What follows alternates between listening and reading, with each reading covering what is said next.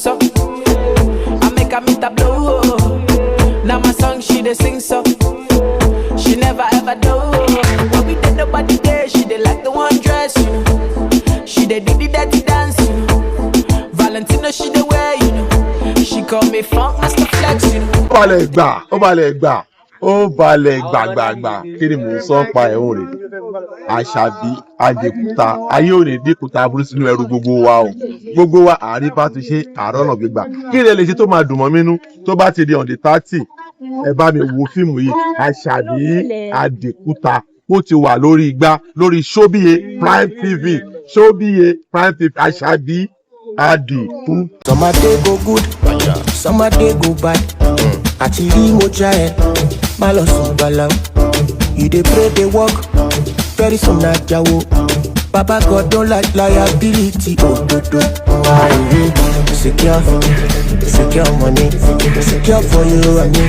Subscribe to Ṣóbíye Prime TV. We are good to go. Mr. DJ, pick it up.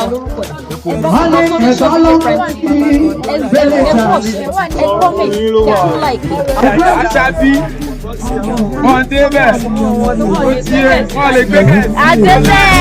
Ó bọ̀ lẹ́rìí sùn ọlọ́sẹ̀.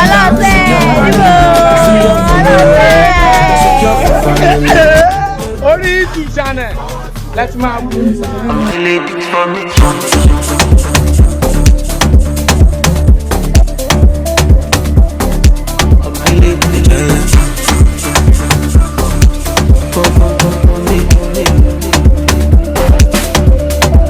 My ladies formation. If you're sexy, go lolo.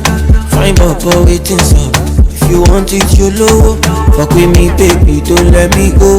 Stop it, don't call me bro. They will go see go. Baby, hello. She said, oh my lordy. Talking street, show me walking.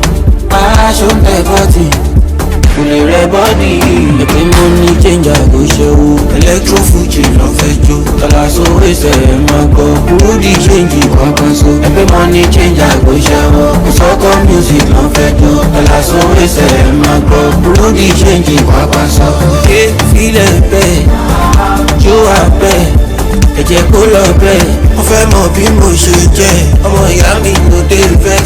Ẹ sọ fún kó stop ṣe bẹ́ẹ̀. Ọmọ ọlọ́mọ wọn níbo ló ti rówó náà. Iṣẹ́ kékeré owó ńláńlá.